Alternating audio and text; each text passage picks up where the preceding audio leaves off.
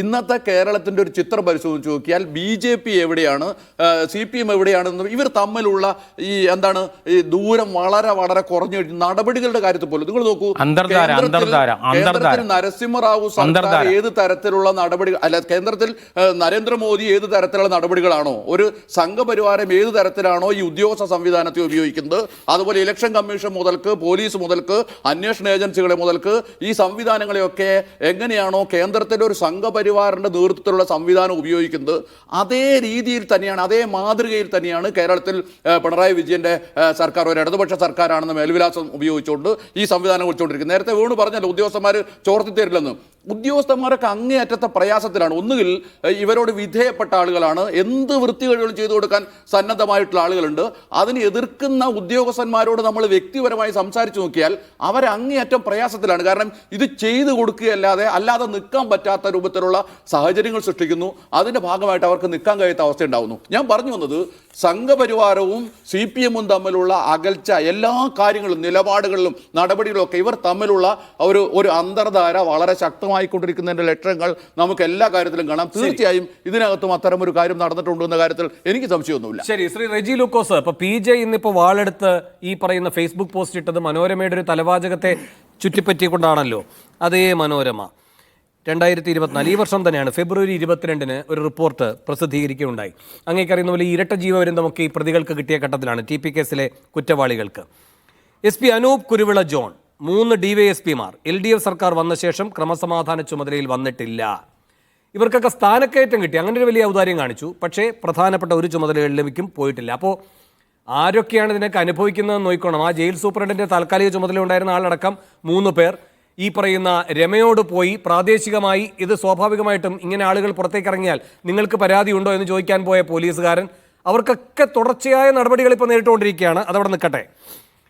അനൂപ് കുരുവിള ജോണാണെന്ന് ഈ പറയുന്ന മുടക്കോഴി മല വരെ കയറി ഇതെല്ലാം പിടിക്കുന്ന, സാഹസികമായി പിടിക്കുന്ന കണ്ണൂർ സ്ക്വാഡിൻ്റെയൊക്കെ അന്വേഷണത്തിനൊക്കെ നേതൃത്വം കൊടുത്ത വ്യക്തി അനൂപ് പിന്നീട് റോയിലേക്ക് ഡെപ്യൂട്ടേഷൻ വാങ്ങിപ്പോകുന്നു. DYSP ആയിരുന്ന KV സന്തോഷ് മലപ്പുറത്ത് MSP കമാൻഡന്റായി ഒതുങ്ങിക്കഴിയുന്നു. KP ഷൗക്കത്ത് അലി ആലപ്പുഴ ക്രൈംബ്രാഞ്ചിൽ, ജോസി ചെറിയാൻ തൃശ്ശൂർ ക്രൈംബ്രാഞ്ചിൽ. ഈ കണ്ണൂർ സ്ക്വാഡ് അംഗങ്ങൾക്ക് മുഴുവൻ നിരന്തര സ്ഥലമാറ്റം, അവഗണന. ഗൂഢാലോചനയെക്കുറിച്ച് പ്രാഥമിക അന്വേഷണം നടത്തിയ N ശങ്കർ റെഡ്ഡിയെ ക്രൈം റെക്കോർഡ്സ് ബ്യൂറോയിലും പോലീസ് ഹൗസിംഗ് ആൻഡ് കൺസ്ട്രക്ഷൻ കോർപ്പറേഷനിലേക്കുമായി ഒതുക്കി. DGP ആയി സ്ഥാനം കിട്ടിയപ്പോൾ നിയമിച്ചത് റോഡ് സുരക്ഷാ കമ്മീഷണറായി. ഇനി നിങ്ങൾക്ക് പ്രിയങ്കരനായ വിൻസൻ എംപോളിൻ്റെ ഒരു ഉദ്ധരണിയും കൂടെ അതിലുണ്ട്. വിൻസൻ എംപോൾ ആ റിപ്പോർട്ടിൽ പറയുന്നതാണ്, വാചകങ്ങളാണ് അദ്ദേഹത്തിൻ്റെ. എനിക്കെതിരെ പ്രതികാര നടപടി ഉണ്ടായിട്ടില്ല, പക്ഷേ ബാക്കിയുള്ള ഉദ്യോഗസ്ഥരുടെ കാര്യത്തിലുണ്ടായി. ആ കേസ് അന്വേഷിച്ചതിൻ്റെ പേരിൽ പലരെയും മാറ്റി നിർത്തി. നിഷ്പക്ഷമായും സത്യസന്ധമായും കേസ് അന്വേഷിച്ചതുകൊണ്ട് മാത്രം അനൂപ് കുരുവിള ജോൺ ശിക്ഷിക്കപ്പെടുന്നു എന്ന തോന്നലാണ് എനിക്കുള്ളത്. സംഘത്തിലുണ്ടായിരുന്ന DYSPമാർക്ക് അർഹമായ സ്ഥാനക്കയറ്റങ്ങൾ കിട്ടിയെങ്കിലും അവരുടെ കഴിവ് സേനയ്ക്കായി പിന്നീട് പൂർണ്ണതോതിൽ ഉപയോഗിച്ചിട്ടില്ല. അന്ന് ഭരിച്ചിരുന്ന ഉമ്മൻചാണ്ടി സർക്കാരിൻ്റെ ഭാഗത്ത് നിന്ന് ഇടപെടൽ ഒട്ടുമില്ലായിരുന്നു. രാഷ്ട്രീയക്കാരോട് ഞങ്ങൾ സംസാരിച്ചിട്ട് പോലുമില്ല. എന്തേ അനൂപ് കുരുവിള ജോണിനടക്കം ഇത്ര വലിയ ഈ പറയുന്ന അപ്രീതി, ഈ പറയുന്ന പിണറായിയുടെ കോപം അത് അനുഭവിക്കേണ്ടി വന്നത് എന്തിനായിരുന്നു ശ്രീ റെജി ലൂക്കോസ്? അല്ല വേണു, ഒരൊറ്റ മറുപടിയുള്ളൂ. അതായത് TP സെൻകുമാർ പിണറായി വിജയൻ 2014 അധികാരത്തിലേറുമ്പോൾ അദ്ദേഹം DGP ആണ്. അദ്ദേഹത്തിന് എന്ത് DGP സ്ഥാനത്ത് മാറ്റിയപ്പോൾ അദ്ദേഹം സുപ്രീം കോടതി പോയി അദ്ദേഹത്തിന് അനുകൂലമായി വിധി സമ്പാദിച്ചു. പിന്നെ 9 മാസക്കാലം വീണ്ടും DGP ആയിരുന്നു. അന്ന് നിങ്ങളെപ്പോലുള്ള മാധ്യമങ്ങളും പ്രതിപക്ഷവും TP സെൻകുമാറിന് അനുകൂലമായ രീതിയിൽ വലിയ രീതിയിൽ നിയമസഭയെ പോലും പൊട്ടിത്തെറിച്ചു.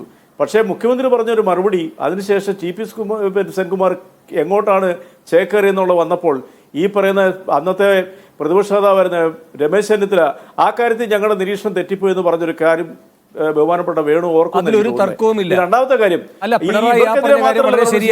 എന്റെ ചോദ്യത്തിന് മറുപടി അല്ലത് കേൾക്കൂ. അല്ല ഞാൻ പറഞ്ഞ ഈ രീതിയിൽ ഉദ്യോഗസ്ഥന്മാർക്കെതിരെ സർക്കാരിൻ്റെ പോളിസി അനുസരിച്ച് സർക്കാരിൻ്റെ നയമനത്തിന് വിരുദ്ധമായിട്ടും പെരുമാറുകൊണ്ടിരുന്ന ഏതെങ്കിലും ഉദ്യോഗസ്ഥരുണ്ട് അവർക്കെതിരെ നടപടി സ്വീകരിക്കുക എന്നുള്ള സ്വാഭാവിക. UDF ആയിരുന്നപ്പം എത്രയോ ഉദ്യോഗസ്ഥരെ മാറ്റിയിട്ടുണ്ട്. ഞാൻ ഒറ്റ ഉദാഹരണം പറയാം. അന്ന് ആ ഈ അന്വേഷണത്തിന് ഏറ്റവും മുതിർന്ന 2 സീനിയർ ഉദ്യോഗസ്ഥരാണ് നേതൃത്വം കൊടുത്തിരുന്നത്.